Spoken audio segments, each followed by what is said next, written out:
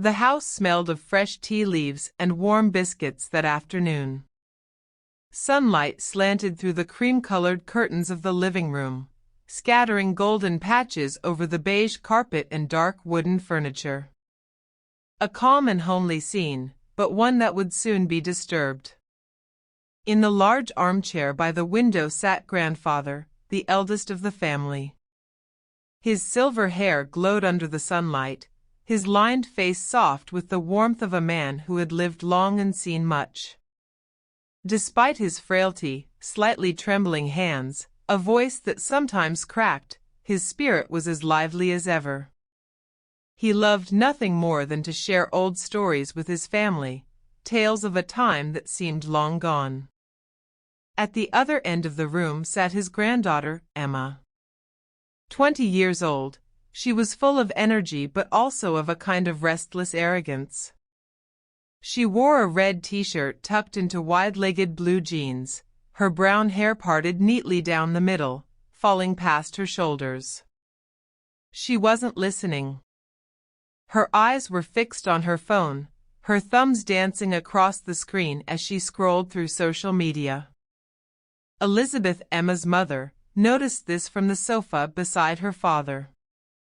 Elizabeth was a woman of strength, firm, caring, but not one to tolerate nonsense. She poured tea for her father, arranging the tray with biscuits and snacks, hoping Emma would eventually put the phone down and join in. But Emma did not. Grandfather began speaking, his voice warm, weaving through the quiet room. He recounted a story from his youth, when he was only a little older than Emma, playing cricket barefoot in the dusty streets of his village, or sneaking mangoes from the orchard. His eyes lit up as he spoke, his hands gesturing gently, as though reliving the moments. Elizabeth smiled and listened, sipping her tea. She had heard these stories many times, yet they never grew old for her. They were threads that tied her to her roots, reminders of the values she had been raised with. But Emma? Emma groaned dramatically, loud enough for everyone to hear. She rolled her eyes and muttered under her breath, "Here we go again." Her mother's eyes narrowed immediately. "What was that?" Elizabeth asked. Emma looked up, irritated at being interrupted from her phone. "I'm just saying, it's the same old stories, Mom. Seriously. We've heard them like 100 times already." Her words pierced the calm like a knife. Grandfather's voice faltered mid-sentence. His kind eyes flickered with hurt, and for the first time that afternoon, he looked down at his tea instead of at the family. Elizabeth's heart clenched with anger. She set her cup down sharply, the clink echoing in the tense silence. "Emma," she said firmly. "That's your grandfather you're talking to." Emma shrugged. "I'm just being honest. No one my age cares about stuff that happened 50 years ago. Times are different now." The arrogance in her voice set Elizabeth's jaw tight. Her father sat silently, masking his pain with a weak smile, but Elizabeth could see the disappointment on his face. That was all it took. "Put the phone down." "Right now," Elizabeth said, her tone carrying no room for argument. Emma hesitated, then set her phone on the table, but her chin stayed high, her arms folding across her chest. "Why are you making such a big deal out of this? I didn't even say anything that bad." Elizabeth's anger flared hotter. "Not that bad?" You rolled your eyes at your grandfather, dismissed his words, and acted as though he was boring you. "That is disrespect, Emma." Emma scoffed, leaning back against the couch. "Oh, come on. He doesn't mind. Do you, Grandpa?" All eyes turned to the old man. He shifted uncomfortably, offering only a small smile, but his silence spoke louder than words. He did mind. Elizabeth rose to her feet, her voice sharp as steel. Enough. I will not tolerate this in my house. Emma's eyes widened. What are you gonna do? I'm 20 years old. You can't just, Elizabeth cut her off. You may be 20, but you are still my daughter. And under my roof, respect for elders is not optional. You are about to learn that. Emma's mouth fell open. She stared as her mother crossed the room and pulled open the side cabinet. From within, Elizabeth retrieved something Emma hadn't seen in years, the wooden paddle. Smooth, polished, and heavy, it had been used on her in her younger teens whenever her behavior crossed the line. Her heart skipped a beat. Mom, you can't be serious. Not now. Not at my age. Elizabeth's eyes did not soften. Hands on the couch, Emma. Now. Emma's pride battled with fear. She looked at her grandfather, who sat watching silently, sadness written across his wrinkled face. Shame surged through her chest. Slowly, with reluctance, she pushed herself up from the couch and moved toward it. Her hands trembled as she placed them on the backrest, bracing herself, her red t-shirt pulling tight across her back. Elizabeth approached, paddle in hand. She stood firm, her voice calm but unwavering.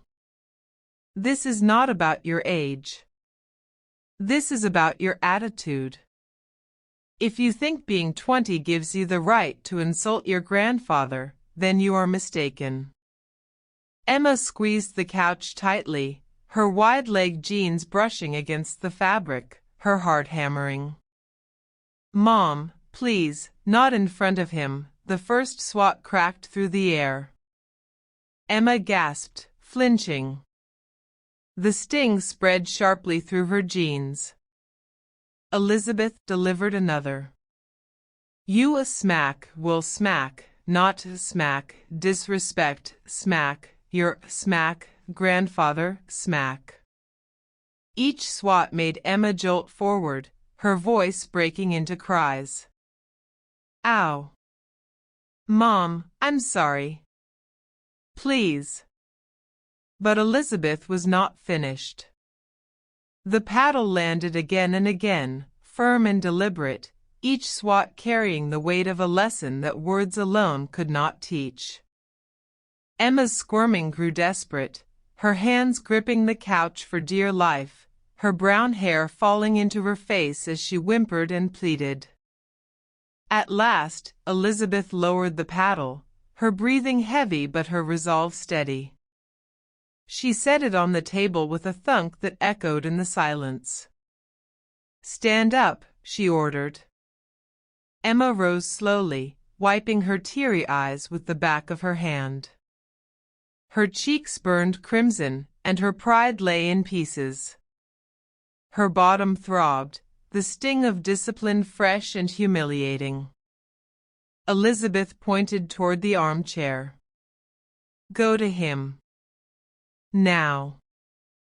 Emma's lips trembled. She dragged her feet across the carpet until she stood before her grandfather. Her hands twisted nervously in front of her. She couldn't bring herself to meet his eyes. I'm sorry, Grandpa, she whispered, her voice cracking. I shouldn't have said those things. I wasn't thinking. Please forgive me. Grandfather's face softened. Slowly, he reached out, his thin hand resting over hers. It's all right, child, he said gently. I forgive you. But remember, respect costs nothing. It's a gift you give freely, and it makes you a better person. Tears rolled down Emma's cheeks as she nodded. I'll remember. I promise. Elizabeth sat down again, her anger cooling. She glanced at her daughter. Good. And know this, if I ever hear that tone again, Emma, we will be right back here. Do you understand? Yes, Mom, Emma said softly, rubbing her sore backside. The tension lifted. Elizabeth poured another round of tea. Grandfather smiled faintly, forgiving as always, and resumed speaking, this time not a story of his youth, but a reflection on the importance of family and unity. This time, Emma listened. Her phone sat untouched on the table. She leaned back on the couch, quiet but attentive, the sting of the paddle still reminding her of the price of disrespect. The lesson was not only heard, it was felt. And Emma knew she would not forget it again.